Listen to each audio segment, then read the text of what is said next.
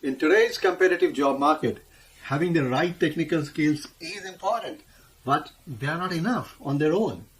You see, when it comes to creating an impact, skills such as presentation skills, ability to work under pressure, perseverance, delegation of responsibilities, and many more can be very handy.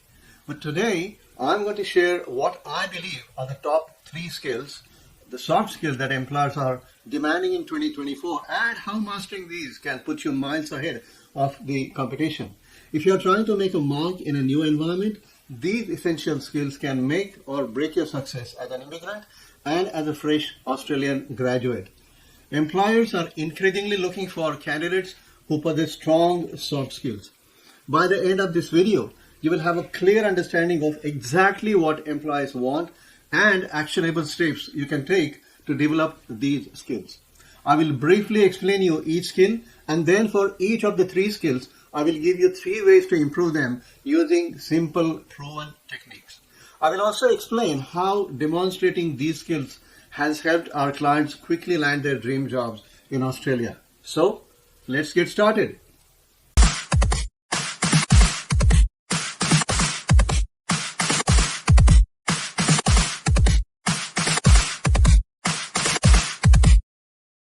Welcome to Career Launch Australia, where we help globally skilled immigrants and fresh Australian graduates land their dream jobs faster than they ever thought possible.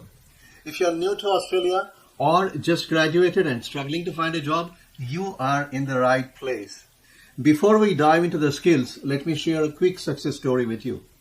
Our client Shri, a fresh mechanical engineer from the University of Melbourne, came to us, feeling lost and overwhelmed by the job search process after completing his master's.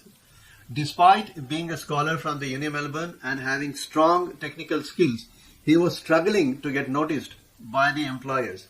In addition to helping him with job search, we worked with him to enhance his soft skills, focusing on adaptability, communication, and problem solving. Within a few weeks, not only did he secure a fantastic job in his field, but his employer specifically mentioned how impressed they were with his ability to adapt and communicate effectively in a new environment. Interestingly, English is not his first language, and he does not have Australian accent either. This is the kind of result you can achieve too. Our proven strategies have helped countless clients like Shri, and today I'm sharing those secrets with you. Research shows that over 90% of employees want to see these skills in your resume as being demonstrated in your earlier jobs or in your uni projects. This means they are required or mandatory skills, not just desired. Soft skills are now getting rebranded as durable skills for career success. Durable means they are long-lasting and stable. They withstand pressure and they are time-tested. The beauty of these skills is that they are fully transferable between roles, industries, and even countries. In one of my latest videos, I have narrated my story of acquiring a job in sales and new business development by polishing the transferable skills from my engineering background. I recommend you watch that video. I have provided the link below. You see, as organizations, come to understand the full extent of what AI can do, they are also coming to terms what all that it cannot do. These are the tasks that require the uniquely human skills that all the businesses need in today's day and age. Here is the great news for you though. While you may have limitations on acquiring certain hard skills, there are no limitations on your ability to grow your soft skills. Your soft skills, or what I have described as durable skills earlier, matter the most in today's day and age. And this is why. As per the research done by Deloitte Access Economics Australia, soft skills intensive occupations will account for 2/3 of all jobs by 2030. This is because technology cannot replace the human dimension of soft skills. So let's kick things off with the first skill, adaptability and flexibility. Adaptability is about changing yourself over time to thrive in your new environments, while flexibility is about adjusting quickly to short-term changes in plans or in situations. The job market in 2024 will continue to evolve rapidly, and employers want candidates who can keep up with the exponential change. Whether it's coping with new technology or changes in workplace dynamics, your ability to adapt will be your critical asset. For newly arrived immigrants, this is particularly important. Moving to a new country involves a steep learning curve, and being adaptable can make this transition smoother for immigrants. The same goes for fresh graduates too. Stepping into the professional world requires you to, adjust quickly to different work environments and, of course, expectations. So, how do you develop adaptability and flexibility? Number one, embrace new experiences. Proactively accept projects that push you outside your comfort zone. This could be maybe learning a new software tool, taking on a role in a different department, or even joining a team outside your usual scope. Number two, always stay informed. What I mean is keep up with the industry trends and advancements. Visit a public library in your area. Go through magazines and journals related to your field. This not only shows that you are proactive, but also helps you pivot, quickly when changes do occur. And number three, to develop adaptability and flexibility is get started with the activity that will offer you the highest returns.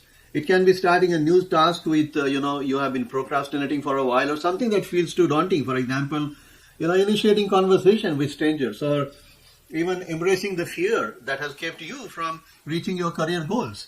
One exercise we get our shy and introvert clients to do is talking to 10 strangers every day for at least 66 days till it becomes a part of their life. If you want to develop adaptability and flexibility, this exercise will be a great beginning for you too. Using these very skills, our telecom engineer client Mortalis, who migrated to Australia from Kuwait, secured the job in his profession very, very quickly. So I strongly encourage you to watch his unique story and video. The link is below. The second skill you must develop is effective communication skill. Communication is neither about speaking high-level English nor speaking in Aussie accent. You can get away with speaking, simple English, which the TV news anchors use in the news. However, what is going to make you stand out among the competition is your ability to convey ideas across different platforms and to different audiences. Whether you are in a virtual meeting, sending an email, or giving a presentation, how clearly you express yourself using simple English can improve your professional relationships. Communication is your ability to connect with other human beings at a deeper level. Effective communication helps you in creating an influence. I believe that high level of attrition in companies is a result of low level communication between managers and the teams. If you are a fresh graduate, effective communication means moving beyond the academic style of communication and adapting to the professional tone. This is why adaptation is so important. For immigrants, this might involve refining your language skills and understanding the shades of Australian workplace communication. And how do you develop strong communication skills? Number one, listen actively. Listening goes way beyond hearing.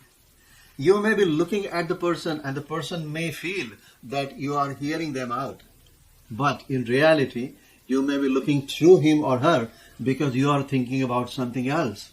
This is where active listening comes into play.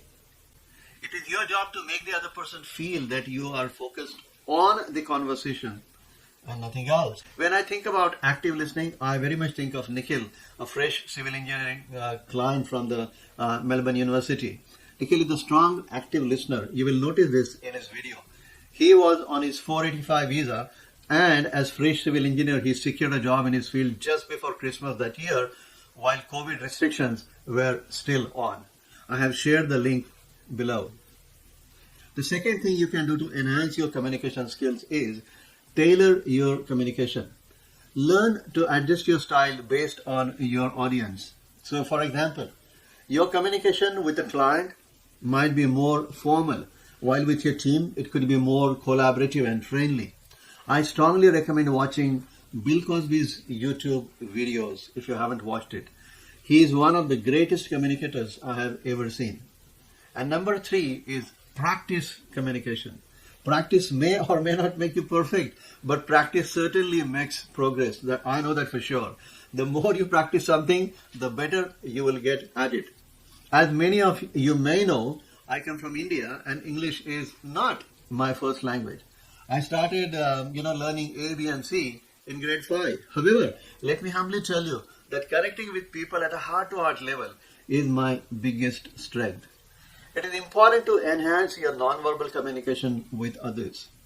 This involves, visual communication such as your body language, your posture, the confidence on your face, your handshake, smile, and so on. Vocal communication also plays a significant role in expressing yourself effectively. Voice modulations and the way you say the things contribute greatly to your ability to connect with people. None of our clients have Aussie accent, but we shape their communication skills after they start working closely with us.